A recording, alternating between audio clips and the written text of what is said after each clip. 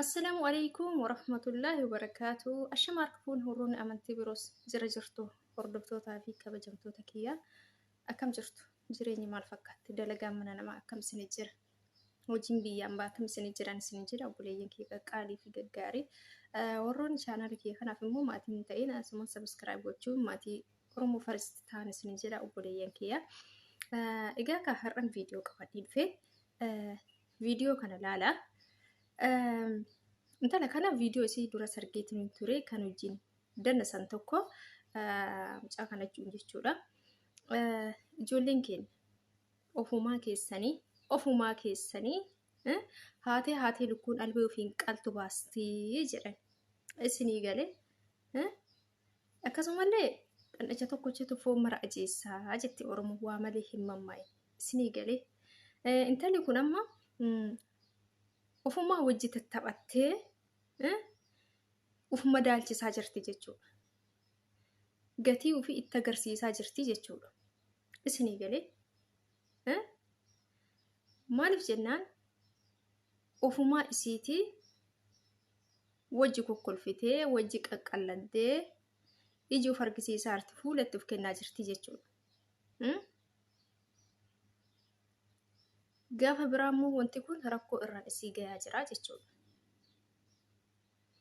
Inni biraammoo foon dhandhacha tokkocha foon mara ajeessaa wanni an jedheef sababa warra akkanaa kanneeniitiif warra waan akkanaa dalagaatiin viidiyoo gadi dhiisu kan warra ilma madaamii wajjiin asii achi shanaafataa maal ta'aa dannasaa gadhiisu kanaaf maqaan shamarran biyya Arabaa jiran miskiintota sa'aatii 24 iraftii hin qabneef maqaa walitti qabee maqaa nu badaa jira jechuudha. Isinii galee amorri biyyaa warra akkanaa kanneen laalaa dalagaa maal qabdan dalagaan odoo jiraate akkana taatii jedhan. Isinii galee dalagaa odoo jiraate odoo dalagaan itti jabaatte odoo biyyi namaa waan ulfaatu ta'e akkana taati. Kunu Arabnu nama nagaati wajjin taphatan wajjin kolfan wajjin dannasan jedhan. Isinii galee hadaraa keessan si warri kaayyoo keessan dagatta warri waan baataniif hin beeyin maqaan balleessinaa gabbaatanii ofii keessanii akka barbaadan ta'a. Garuu maqaa ijoollee miskiina nyaataa jirtanii jechuudha. Ijoollee miskiina sa'aatii 24 ol bayiif gabbu'ii fooqii mana qaallitti iraftii dhaban gizee isaa wajjin dannasuu miti gizee isaa wajjin wal muggutuu miti gizee maatii ofiitiinuu heloo jechuu hin arganne isaan maqaa balleessaa jirtanii jechuudha. Qoyaanummaa warrummaan akkanatti isaa wajjin dannastan kun isin akkamitti yeroo argattaniitiin akkanatti dhiirota isaanii wajjin mirqaantan. Dhiirota isaanii wajjin mirqaanuuf maaliif barbaachise? Dhiirota isaaniiti miti bar dubartii isaanii wajjin akkas mirqaanuu qabdu. Isaan barka sitti kokkolfanii si taphachiisanii waa si gaggaafataniif barsi madaaluu jechuudha. Waan kanarratti viidiyoo duras hojjedhee ture. Ati kan dhufteef dalagaa kee dalagisi dannasiisuu si caffarsiisuu isaan wajjin harka wal qabuu asii achi si darbachuu akka kowaasi maaliif barbaachise? Amma kan isa wajjin fal'aansoo waliin bayaa jirtamoo? Waan ati gochaa jirtu nuun galle. Intalli kun zeegaa keenya. Intala keenya jechuudha intala saba keenya. Maaliif barbaachise waan akkanaa gochuun? Yeroo baay'ee jechuudha waan akkanaa godhaa waan hin malle waan gola namaa keessatti godhuun hin malle dalagaatiniin madaamintii amala na jijjiiratti ciisuuf taa'uu na dhoorgite.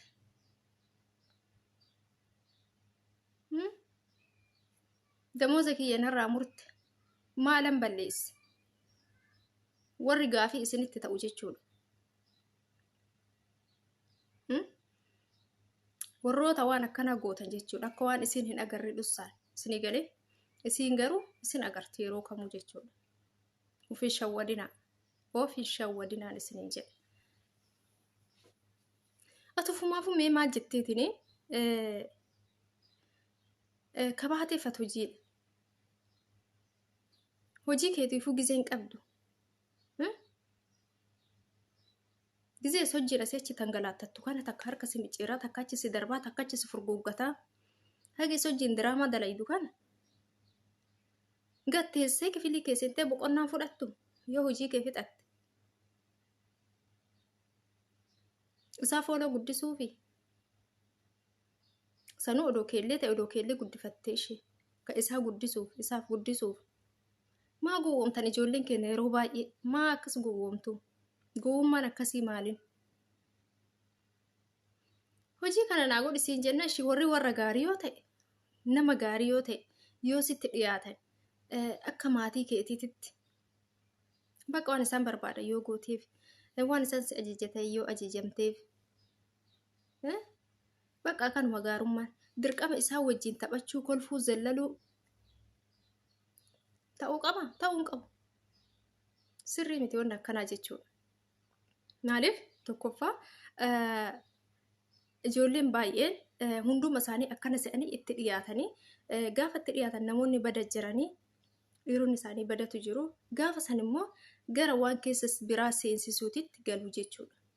Sii galee kanaaf ijoolleen keenya yoo isaan isin kokkolfuuf ta'an ziires yoo isaan isinitti haasa'uuf ta'an ziires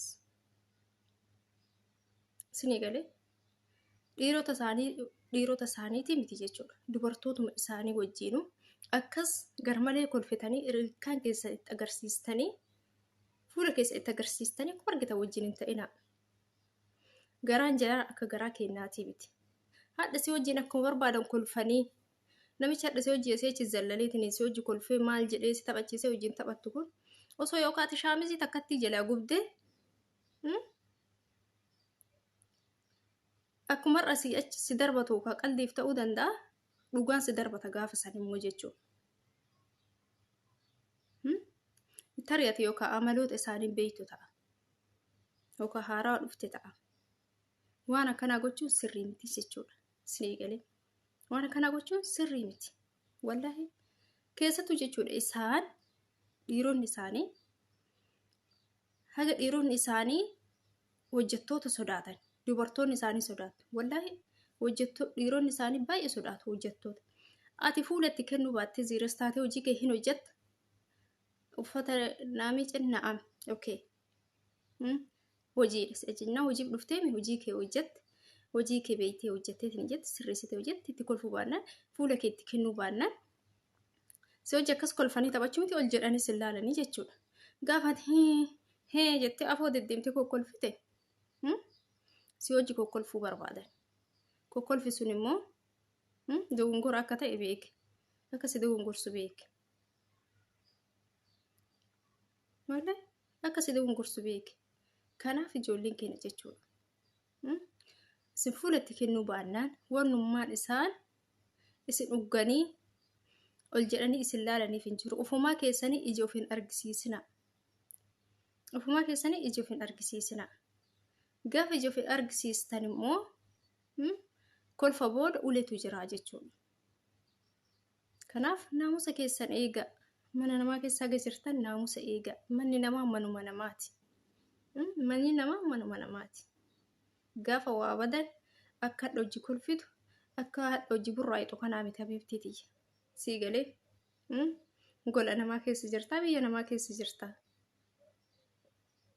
Kanaaf obboleeyyan kiyyaa of eeggadhaa. Of eeggadhaan isiniin jedha. Yeroo hedduu yeroo hunda isaa wajji kolfuun hin barbaachisu.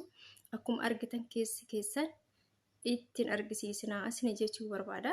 Maaliif citti kana kan wajjin dandeessu tokkos argee jira viidiyoo isii garuu inni kun sirrii miti isin jedha. Hagamuu yoo isaan gaarii ta'an akkas wajjin taphatina. Hagamuu yoo isiniif gaarii ta'an akkas wajjin taphatina.